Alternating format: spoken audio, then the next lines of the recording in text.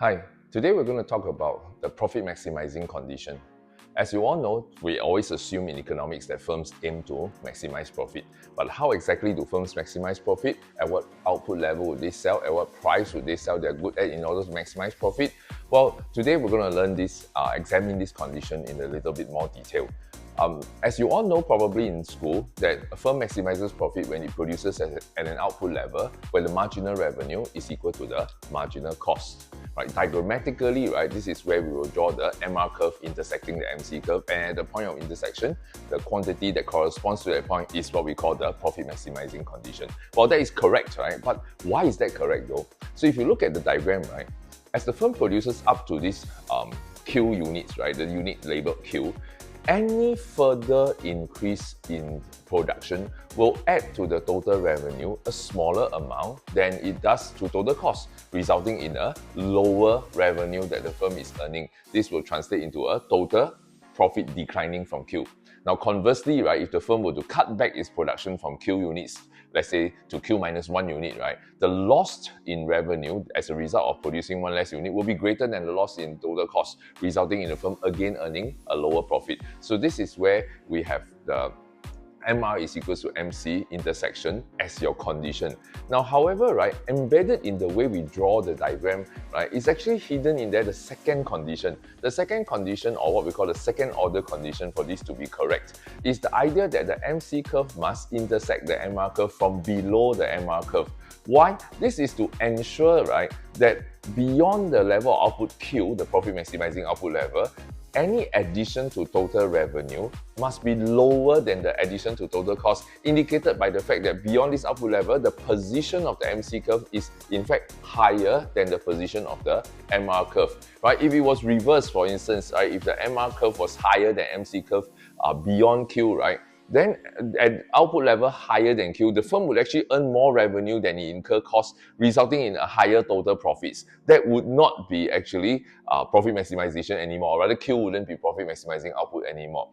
Hence, right, the proper condition for profit maximization isn't just to produce to produce at an output level where MR equals to MC, but to produce at an output level where MR equals to MC and where MC curve cuts MR curve from below the MR curve. Now, this is the way most of you have learned the condition in school.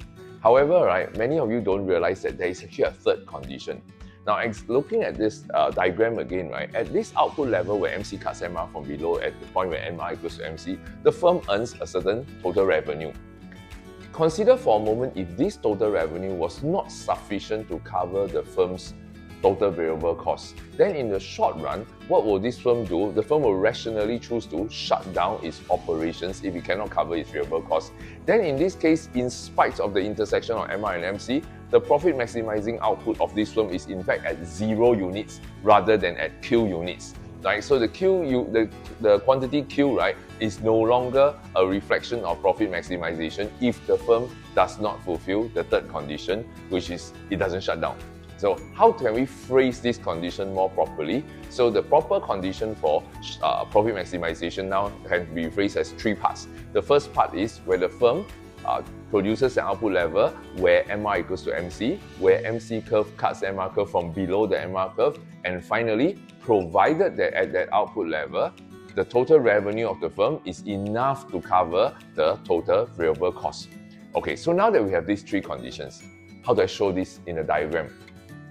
A very simple way to show into the diagram, right, is to draw an average cost curve into your graph as well.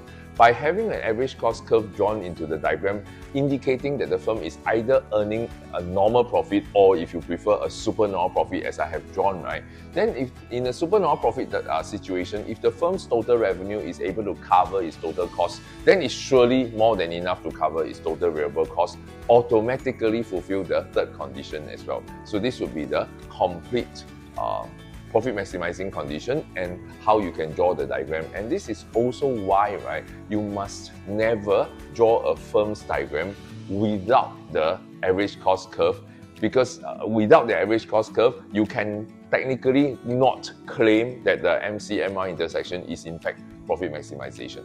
Right, I hope that helps you understand profit maximizing condition a little clearer. Do keep your eye on our channel and follow us for more videos. All right, thank you.